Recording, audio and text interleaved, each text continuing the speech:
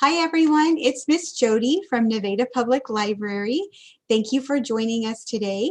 It's our 2021 summer reading program, and today we are focusing on animals. We're actually focusing on an animal expert. And today we will learn about veterinarians and how veterinarians help animals to stay healthy and also to feel better whenever maybe they're sick or injured. We have lots of books about veterinarians here at the library, so I'd like to share a few of those with you. This is a book for our younger readers called Veterinarians, and it has some great simple facts to learn a little bit about what they do and the kinds of pets that they might help at an animal clinic, and we're going to learn more about that here in just a minute. We also have this one that's a fun read. It's called When I Grow Up, I'll Be a Veterinarian. So you can ask about this book here at the library and we'll be happy to help you find it or put it on reserve if it's checked out by another reader. For some of our older readers, maybe our fourth grade, fifth graders, or even older than adults, parents, maybe you want to learn more about it. We have a few books. This one is called I Want to Be a Veterinarian. It's a little thicker book with lots of pictures and facts about the world of helping animals. So we have this one here at our library. And then for our high schoolers, we also have this book about opportunities in veterinary medicine careers. So it has information about veterinarians and vet techs and other opportunities that you can work in the animal care industry, but maybe not go all the way through veterinarian school. So there are lots of options. If you love animals and you want to find ways to help them, this is a great book to look at different opportunities in animal care. So I'd love to share the interview that Miss Courtney and I participated in and filmed with Dr. Hodge. You'll learn a little more about her here in just a minute. So I'm going to share a YouTube video and then we'll come back and we'll talk about some more books that we have about pets here at the library. So, all right, I'm going to turn off my camera and here we go.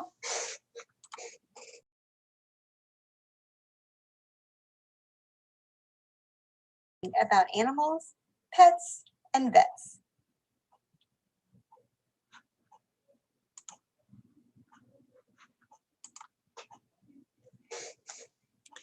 So I hope you enjoyed that video. We learned a lot during that interview and during our research for this project about veterinarians and the skills that they need to help pet owners take great care of their pets. We love our pets, and I have a pet named Trooper, so I would love to show a picture of Trooper, maybe a couple of them. So here are a few pictures of my sweet kitty cat. He's really big. His name is Trooper. 1 second.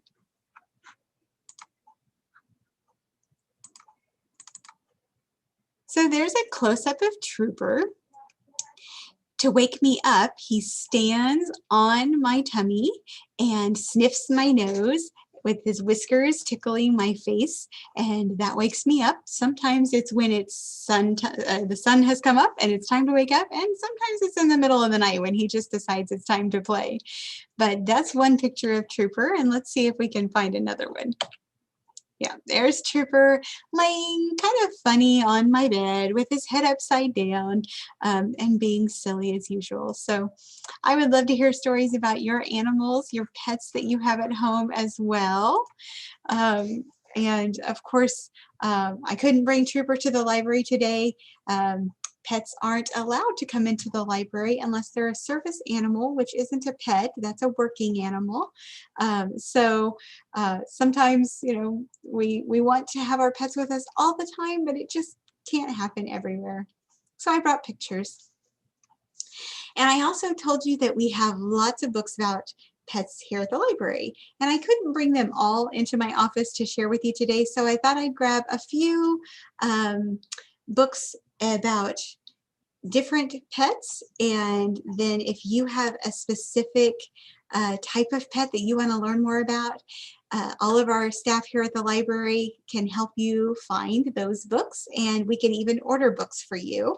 So this is a series by Usborne Books called, or it's all about all different animals, but this one is the dog one, and I picked it because it was a little book and it had a really cute picture on the cover. It made me smile. He has little whiskers.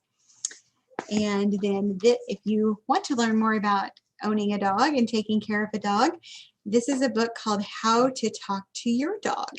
And it has some tips about how to communicate with your dog, or what they mean when maybe they're panting and their tongue's hanging out, or why they sniff so much. So this was a really interesting book to find out how dogs communicate. And we also have one about cats, how to talk to your cat. So, speaking of cats, we have this easy reader called Why Do Cats Meow? And of course, we know that's how cats communicate, but there are other reasons why they meow to each other and to their humans. And why do they purr? And what does it mean when they carry their tail straight up like this versus being relaxed and waving? What does it mean when they yawn? And lots of information about cats in that book. And then beyond dogs and cats, we know there are lots of other animals that can be pets. So I picked this one called My Pet, Hamsters and Gerbils, little handheld pets that live in little habitats in your home maybe. And so this has great tips about keeping your hamster or gerbil healthy, and what to feed it and how to play with it in safe ways, and even the different kinds of hamsters. Look at that, they look like chubby little teddy bears to me. I just think they are so cute. I had hamsters when I was a little girl. I haven't had them since I was a grown-up, but I know they take lots of work and they're really cute to watch play in their little cages. And even bigger than a hamster, but kind of in the same category, are guinea pigs. And I have friends who own guinea pigs, and I get to hold them and give them snuggles sometimes. But I also have never owned a guinea pig, but I know there are lots of tips in this book about the different types of guinea pigs. There's these crested ones are probably my favorite, or the ones that have the longer hair. I always think they look like they have very fancy hair. So those are fun little information about the different types of guinea pigs. And there's pictures of little guinea pig babies and how to pick the perfect guinea pig. And then all about the guinea pig from feet to fur, it says. So another great series. We have a whole series called Caring for Your Pets, and this one is about guinea pigs, but we also have it for dogs and cats and horses and goats and birds. And speaking of birds, here's another one from that series called Caring for Your Bird. And so kind of the same thing. It talks about the different types of birds and what they need to get better. But look at the baby birds. They're so ugly. They're cute. Look at these little guys. So if you want to learn more about owning a bird, or maybe you just want to learn more about birds in general, learning about bird pets can also be a fun way to learn about animals. And then if you really, really love animals and you want to find a way to work with animals, but maybe you're not old enough to be a veterinarian or work at a veterinary clinic, there's still ways that you can work with pets. You can start your pet sitting business. So this is a really fun series about how to start different kinds of businesses, but I thought it was fun about pet sitting. Sometimes when people need to go out of town for a little while, or Maybe they just, can't get home from work in time to take their pets out to go potty. And so they could maybe use your help to do those things with their pets that keep them healthy and happy. But and then you can make some money too, which is always a great way to start a little savings or to earn some money to buy something that you want. But in this pet sitting book, it talks about what you would want to know about pet sitting. Is it right for you? How to get started with your business, and then what your responsibilities would be, which is, something very serious. Before you take on a business, you want to make sure that you're ready for it and that people can depend on you. And then maybe some problems that could come up with your business, and then how to grow your business and get more customers. Things like marketing your business and business cards. So yeah, what a great series. You may have not known that the library had books about starting your own business for kids. So pet sitting business would be a great way to work with animals while you're still in school. Well, I hope you learned something about veterinarians and pets, and even a little bit about how to work with pets while you're still young. We hope you've enjoyed this program. I want to remind you that we are reading this summer. I hope that you're reading your minutes for your 500-minute log, or maybe you've already completed one and you're working on another log. That's great. That gives you bonus chances at our grand prize.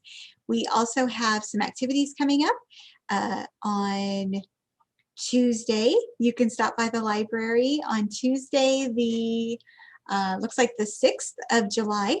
You can stop in between 2:30 and 4:30, and we will help you build a little bug buddy that lights up with a light bulb and a battery. You can also come back next Wednesday and visit with us live, or watch the video later if that works better for your family, because Dickerson Park Zoo will be back, and we will be talking about endangered animals and how we can help protect animals that may be at risk for becoming extinct. So we hope you'll come back. We look forward to seeing you at the library, and we'll see you until next time. Bye.